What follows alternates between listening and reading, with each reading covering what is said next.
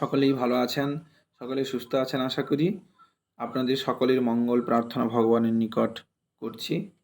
আমরা নিগমানন্দ যুব সংগঠন থেকে বিশেষ করে এই ইউটিউব চ্যানেলটির মাধ্যমে যে সাধন ভজন রিলেটেড আলোচনাগুলো করছি, যেগুলো যুব সংগঠনের মূল উদ্দেশ্য, বহু যুবক যা করছে সেই সব আলোচনাগুলি আরও ছড়িয়ে দেওয়ার জন্য যুবকদের ভিতরে, যাতে জীবন তৈরি হয়, যাতে সুন্দর মানুষ হওয়া যায়, যাতে সমাজটাকে ভালো করা যায়, এই জন্য যে একটা বিরাট প্রচেষ্টা, তার সহায়ক হিসেবে এই ইউটিউব চ্যানেলটি যুবকদের কাছে পৌঁছে গিয়ে তাদেরকে যুব সংগঠন সম্বন্ধে জ্ঞাত করানো, জীবন তৈরি, চরিত্র গঠন ইত্যাদি বিষয়ে শিক্ষাদান ইত্যাদির জন্য আমরা যে আলোচনাগুলো করে থাকি যুব সংগঠন থেকে, সেই আলোচনার ভিতরে সাধন ভজন রিলেটেড আলোচনাই বেশি হয়ে থাকে।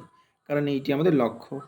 চরিত্র সুন্দর করব বললেই, মানুষ হব বললে, ভালো হব বললেই তো ভালো হওয়া যায় না। কারণ আমরা সেই ছোটোবেলা থেকে পড়ছি ঈশ্বরচন্দ্র বিদ্যাসাগর মহাশয়ের বই থেকে যে মিথ্যা কথা বলতে নেই ইত্যাদি বিষয়গুলো। কিন্তু এগুলো কেবলমাত্র আমাদের পুঁথিগত বিদ্যাতে এবং বাক চাতুর্যতাতেই শেষ হয়ে যাচ্ছে। নিজের জীবনে কিন্তু এগুলো খুব একটা হয় না। সেই কারণে যাতে এই কথাগুলোকে প্র্যাকটিক্যাল করা যায়, কেবল মানুষ হও, চরিত্র গঠন করো, সমাজ ভালো করো, এগুলো বললে কোনো দিন এগুলো হবে না। যদি একটু প্রবৃত্ত হওয়া যায়, একটু কর্মে করে দেখানো যায়, তাহলে কিন্তু এগুলোর কিন্তু ফল হবে। ভগবান গীতায় বলছেন যে যিনি ধর্মের এতটুকু আচরণ করেন তিনি কিন্তু ত্রায়তে মহাতো ভয়াত, অর্থাৎ তিনি মহাভয় হতে পরিত্রাণ পান। অর্থাৎ কি না, যদি একটুকু চেষ্টা নিজের জীবনে করা যায়, একটু ভালো হওয়ার চেষ্টা, একটু সদ্গুণ অর্জনের চেষ্টা, একটু নিয়ম সংযমের ভিতরে থেকে নিজের জীবনটাকে খুব সুন্দরভাবে তৈরি করা, এমনটা যদি কেউ একটু শুরু করেন কাজ করা এরকম জীবনের উপরে, তাহলে কিন্তু তিনি একটি সুন্দর জীবন অবশ্যই তৈরি করতে পারবেন। আর এইটি যুব সংগঠন থেকে বারবার বলে দেওয়া হয়। খোল করতাল বাজিয়ে নাম গান করে জীবন উন্নত হয় না বলা হচ্ছে না, কিন্তু বর্তমানে সেইগুলো যুবকরা করতে চায় না। না করুক, তাতে দোষ নেই, কিন্তু সদ্গুণগুলোর আচরণ করুক। নিজের জীবনটাকে একটু সংযমের মধ্যে এনে একটা সুন্দর দিনচর্চা বানিয়ে সেই দিনচর্চার প্রত্যেকটা সময়কে মেনটেন করে নিজের জীবনকে তৈরি করতে পারলে জীবন আনন্দময় হবে। আর সেই রকম জীবনকে যথার্থ ব্রহ্মচারীর জীবন বলা হয়, যার ভিতরে নিয়ম সংযম তিতিক্ষা ত্যাগ ইত্যাদি বিষয়গুলো রয়েছে, সমস্ত সদ্গুণ রয়েছে, সমস্ত অসদ্গুণগুলো বর্জন করেছে, যে সেই প্রকৃত মানুষ, সেই প্রকৃত চরিত্রবান ব্যক্তি। আমরা এই রকম যুবক তৈরি করার কল্পেই নিগমানন্দ যুব সংগঠন থেকে বিশেষ করে যুবকদের উদ্দেশ্যে এইসব আলোচনাগুলো বারবার করছি। আর এই কথা বলার পূর্বেই আমি কয়েকটি কথা বলে রাখি, যারা যারা আমাদের ভিডিওগুলি শুনছেন, এই নিচের ডেসক্রিপশন বক্সে আমাদের নিগমানন্দ যুব সংগঠনের একটি পাঠচক্রের গ্রুপের লিঙ্ক দেওয়া আছে, যে কেউ জয়েন করতে পারেন সেখানে। সেখানে থেকে পাঠচক্র করা, কিভাবে সাধন ভজনের উপদেশ দেওয়া হয় সেগুলোকে মেনটেন করা, চরিত্র গঠনের উপযোগী পুস্তকগুলি পাঠ করা এবং নিত্যদিন নিজের জীবনে সেইগুলোকে পালন করার চেষ্টা আপনারা সকলেই করতে পারেন। এতে নিজেদের ভালো হবে, আধ্যাত্মিক জগৎ পরিষ্কৃত হবে এবং সঙ্গে সঙ্গে অপরের মঙ্গলের উদ্দেশ্যে কিন্তু নিজেকে তৈরি করা যাবে। অতএব আমার সকলের কাছে অনুরোধ, বিশেষ করে যদি যুবক ছেলেরা শুনছেন, যে কেউ জয়েন করতে পারেন। বিশেষ করে যদি আমার যুবক ভাইরা কেউ শুনছেন, তাহলে অবশ্যই এই সংগঠনের সঙ্গে যুক্ত হয়ে পাঠচক্র ইত্যাদিতে যোগদান করে যাতে নিজের জীবনটাকে সুন্দর করা যায় তার একটু চেষ্টা করুন। যাই হোক, আজকে আমরা একটু ধর্ম প্রসঙ্গে ব্রহ্মানন্দ এই পুস্তক থেকে মহারাজের যে মুখনিসৃত সাধন ভজন উপদেশ, সেখান থেকে একাংশ পাঠ এবং সেই বিষয়ে কিছুটা আলোচনা করবার চেষ্টা করব। তিনি এক জায়গায় বলছেন যে কেবল পড়াশোনা করে কি হবে, বিএ এমএ পাস করে ইউনিভার্সিটির ডিগ্রি নিলে কিংবা ব্যারিস্টারি হয়ে টাকা রোজগার করলেই সব হয়ে গেল না। এতে মনের ক্ষণিক আনন্দ হবে এই পর্যন্ত, কিন্তু যে জন্য এই জগতে আসা, যে জন্য এই মনুষ্য জীবন, সেই বিষয়ে কিন্তু কোনো সাহায্য হবে না। অবশ্য আমি কাউকে মূর্খ হতে বলছি না, মূর্খের ধর্ম হয় না, বড় ভাব ধারণ করতে পারে না। যারা ইহকালে ভোগ সুখ চায় তারা বিএমএ পাস করুক, টাকা রোজগারের সুবিধা হবে। কিন্তু যারা অনন্ত সুখ চায় তাদের বেশি ডিগ্রির দরকার নেই। ডিগ্রি নেওয়ার জন্য পড়াশোনায় যে সময় কাটে তার 1/12 সময় যদি সদ্গ্রন্থ পাঠে দেওয়া যায়, তাহলে অনেক ভালো ভাব ভেতরে আসে। ঠাকুর বলতেন, গ্রন্থ নয় গ্রন্থি, অর্থাৎ গাঁট, উহাতে বন্ধন হয়। তবে সদ্গ্রন্থ সম্বন্ধে সে কথা খাটে না।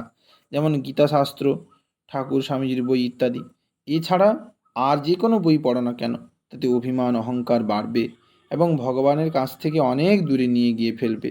যেসব গ্রন্থ পাঠ করলে ভগবানের ভক্তি ভালোবাসা আসে না, শ্রদ্ধা বিশ্বাস হয় না, তা বর্তমানে ভালো বোধ হলেও আখেরে অমঙ্গলের কারণ হবে। বাবা, মানুষ যদি হতে চাও, নিজের কল্যাণ চাও, তাহলে তার নামে ডুবে যাও। ভাষা ভাষা নয়, একেবারে ডুবে যাও। মন্ত্রের সাধন কিংবা শরীর পাতন, এই মূল মন্ত্র করো। এই সাধন ভজনের কিছু উপদেশ আমরা একটু আলোচনা করব। খুব সুন্দর করে এখানে কথাগুলো বলেছেন। পড়াশোনা ইত্যাদি তো করতে হবে, কারণ বর্তমান একটু অর্থকরী বিদ্যাও প্রয়োজন রয়েছে, কিন্তু সেইটি মূল লক্ষ্য নয়। বলছেন যে অতিরিক্ত পড়াশোনা করলে আবার অহংকার তৈরি হয় ভিতরে। এই জন্য আমরা দেখি যে ঠাকুর নিজেদের তার শিষ্যদের বেশি পড়াশোনা করতে না বলতেন। বলতেন হাতির দাঁতের উপর সোনার মোড়ক। হাতির দাঁতটা কিন্তু এমনিতে মূল্যবান, চরিত্র যেমন মূল্যবান, সেরকম তার উপরে যদি সোনার মোড়ক থাকে সেটা আরও মূল্যবান হয়। কিন্তু না থাকলে কোনো অসুবিধা নেই, কিন্তু হাতির দাঁত রূপ চরিত্র যদি না থাকে জীবনে, অর্থাৎ চরিত্রটাই প্রধান। চরিত্র যদি না থাকে জীবনে, ভালো মানুষ হওয়ার প্রবণতা যদি না থাকে, আধ্যাত্মিক মানুষ হওয়ার প্রবণতা যদি না থাকে, তাহলে কিন্তু যত সোনার মড়ক পরালেও কিছু হবে না। চরিত্র যদি ভালো হয়, যদি নিজের আধ্যাত্মিক জীবনটা খুব সুন্দর হয়, আমি যদি খুব সরল হই, তাহলে কি হবে না, তার উপরে যদি আমার একটু পড়াশোনা থাকে, তাহলে কিন্তু তার জগতের মঙ্গলে কাজে লাগবে। কিন্তু চরিত্র থাকলো না, খুব পড়াশোনা করে অহংকার ভিতরে হলো, তাহলে কিন্তু জগতের মঙ্গল হবে না এবং নিজেরও খুব ক্ষতি হয়। সেই জন্য বলছেন যে টাকা রোজগার যারা করতে চায় তাদের একবারে এইসবে ডুবে থাকা ভালো। অর্থাৎ তারাই এমএ বিএ পাস করি, ইউনিভার্সিটি পাস করুক, চাকরি দিক ইত্যাদি করুক, তাতে তাদের লাভ আছে। কিন্তু যারা সত্যিকারের আধ্যাত্মিক আনন্দ উপভোগ করতে চায়, যারা সত্যিকারের নিজেকে জানতে চায়, সেই আনন্দ পরম সত্তাকে জানতে চায়, তাকে কিন্তু এগুলোর দিকে খুব একটা লক্ষ্য দিলে হবে না। লক্ষ্য দিতে হবে না এমনটা বলছেন না, কারণ অর্থকরী বিদ্যার কিছু প্রয়োজন রয়েছে, কিন্তু লক্ষ্যটা কোথায় দিতে হবে না, নিজের সাধন ভজনের উপর, ব্যক্তিগত জীবনযাপনের উপর, ব্যক্তিগত চর্চার উপরে। আমরা তো মহাপুরুষদের দেখে থাকি না, তারা কি সুন্দর জীবন তৈরি করেন, তাদের জীবন কত সুন্দর, মানে সরল সাদাসিধে জীবন তাদের। কেন এমনটা হয়? কারণ এইভাবে আধ্যাত্মিকতা সাধন করতে করতে, ব্যক্তিগত সাধন ভজন করতে করতে মানুষ আস্তে আস্তে সরল হয়ে যায়। সাধন ভজন করলে মানুষের অহংকার দূর হয়, কিন্তু সেই সাধন ভজনে যদি বিনয় ভাব না থাকে, তাহলে কিন্তু তা মানুষের অহংকারকে বৃদ্ধি করায়। অতএব সাধন ভজনটাও সাবধানে করতে হবে। আমি কেন সাধন ভজন করছি, কেনভাবে এরকম কঠিন জীবনযাপন করছি, তার মূল উদ্দেশ্য আমাকে সত্য লাভ করতে হবে। তার সঙ্গে সঙ্গে শুধু তো সেই নিজের সত্য লাভ করে থেমে থাকলে চলবেন না। ঋষিরা তো বলেছেন যে শৃণন্ত বিশ্বে অমৃতস্য পুত্রা আজে ধামানে দিব্যান ইত্যাদি ইত্যাদি। অর্থাৎ আমি নিজে তাকে জেনেছি, সেই আনন্দকে জেনেছি এবং তোমাদেরকেও জানাতে পারি। অর্থাৎ নিজের মঙ্গলের সঙ্গে সঙ্গে জগতের মানুষের মঙ্গল, এইটি কিন্তু সাধকের প্রধান কর্তব্য। এখন আমরা যেহেতু যুবকদের উপরে বেশি জোর দিই, তারা যদি কেবল এই জীবনটাকে সুন্দর করার জন্য নিজেদের সমস্ত শক্তি ব্যয় করেন, তার দ্বারা তাদের কোনো অসুবিধে হবে না। শুধু নিয়ম সংযমের ভিতরে একটু থাকতে হবে। প্রথম প্রথম খুব কঠিনভাবে নিয়ম সংযম পালন করতে হবে, কারণ বর্তমান তো সমাজে যা হচ্ছে, সেই দিক থেকে যুবকরা খুবই পিছিয়ে। আমাদের আগে ঋষি যুগে ব্রহ্মচর্য এরকম একটি নিয়ম ছিল, অর্থাৎ এই আশ্রমে ব্রহ্মচারী হতে হতো, ইন্দ্রিয় সংযম, রসনা সংযম ইত্যাদি সব করতে হতো। কিন্তু বর্তমান তো তা নেই, সেই কারণে সমাজ উচ্ছৃঙ্খল হচ্ছে, যুবকরাও আস্তে আস্তে উচ্ছৃঙ্খল হচ্ছে। কিন্তু এইটা তো সনাতন ঋষিযুগের আদর্শ ছিল না। আমরা যেহেতু সেই বিরাট পরম্পরা থেকে এসেছি, সেই পূর্বপুরুষরা তো এরকম ছিলেন না। তাদের জীবন কত সুন্দর ছিল এবং সেই জীবন জগতের কত কল্যাণে নিয়োজিত হতো। সেই রকম জীবন আমাদের তৈরি করা দেখাতে হবে। যুবকরা সব করুক, পড়াশুনো করুক, চাকরির জন্য চেষ্টা করুক, সব ঠিক আছে, কিন্তু ব্যক্তিগত জীবনটা খুব ভালো হবে, খুব সুন্দর হবে, অপূর্ব হবে। যে সেই ব্যক্তিগত জীবনের সংস্পর্শে আসবে, সেই কিন্তু সেই রকম জীবন তৈরি করার একটি আকাঙ্ক্ষা তার ভিতরে জাগবে। এমনটা যদি না হয়, তাহলে ব্যক্তি জীবন ভালোভাবে তৈরি হলো না, সাধন ভজন ঠিক ঠিক হলো না। সাধন ভজন করার মূল উদ্দেশ্য এই নয় যে মালাঝোলা নিয়ে বসা, গুহায় গিরিতে গিয়ে ধ্যান করা, না। সাধন ভজন বাড়িতে থেকে নিয়ম সংযমের মাধ্যমে থাকা এবং নিজেকে অহংকার মুক্ত করা, বিনয় সর্বদা ভিতরে থাকবে, এই রকম দিব্য জীবন। আমরা তো শ্রীরামকৃষ্ণের পার্ষদ সাধু নাগ মহাশয়ের জীবন পড়েছি, কি অপূর্ব জীবন, সব কাজ করতেন, কিন্তু তার কি বিনয়, কি জীবন। এই রকম জীবন তৈরি করাই কিন্তু মূল উদ্দেশ্য। এরকম হলে নিজের মঙ্গলের সঙ্গে সঙ্গে জগতের মঙ্গল হয়।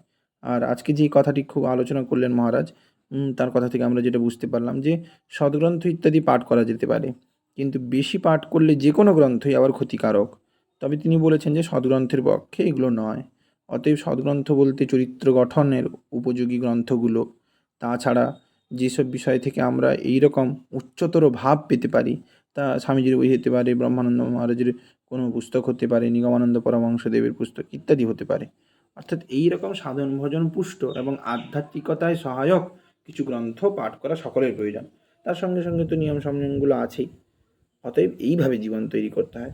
সকলের কাছে আমার অনুরোধ থাকবে, যারা যারা ভিডিওগুলি শুনছেন তারা অবশ্যই অন্যান্য যুবকদের কাছে এই ভিডিওগুলি পৌঁছে দেবেন এবং এই ডিসক্রিপশান বক্সে যে লিঙ্ক রয়েছে তাতে অবশ্যই যুক্ত হবেন। অন্তত এই যে সুন্দর একটা ভাব, এই ভাবও কোথাও পাওয়া যায় না। যদি কেউ এতটুকু ভাব নিতে পারে তার জীবনে কিন্তু ধন্য হবে। সকলে আপনারা ভালো থাকুন, সকলেই সুস্থ থাকুন, সকলকে নমস্কার।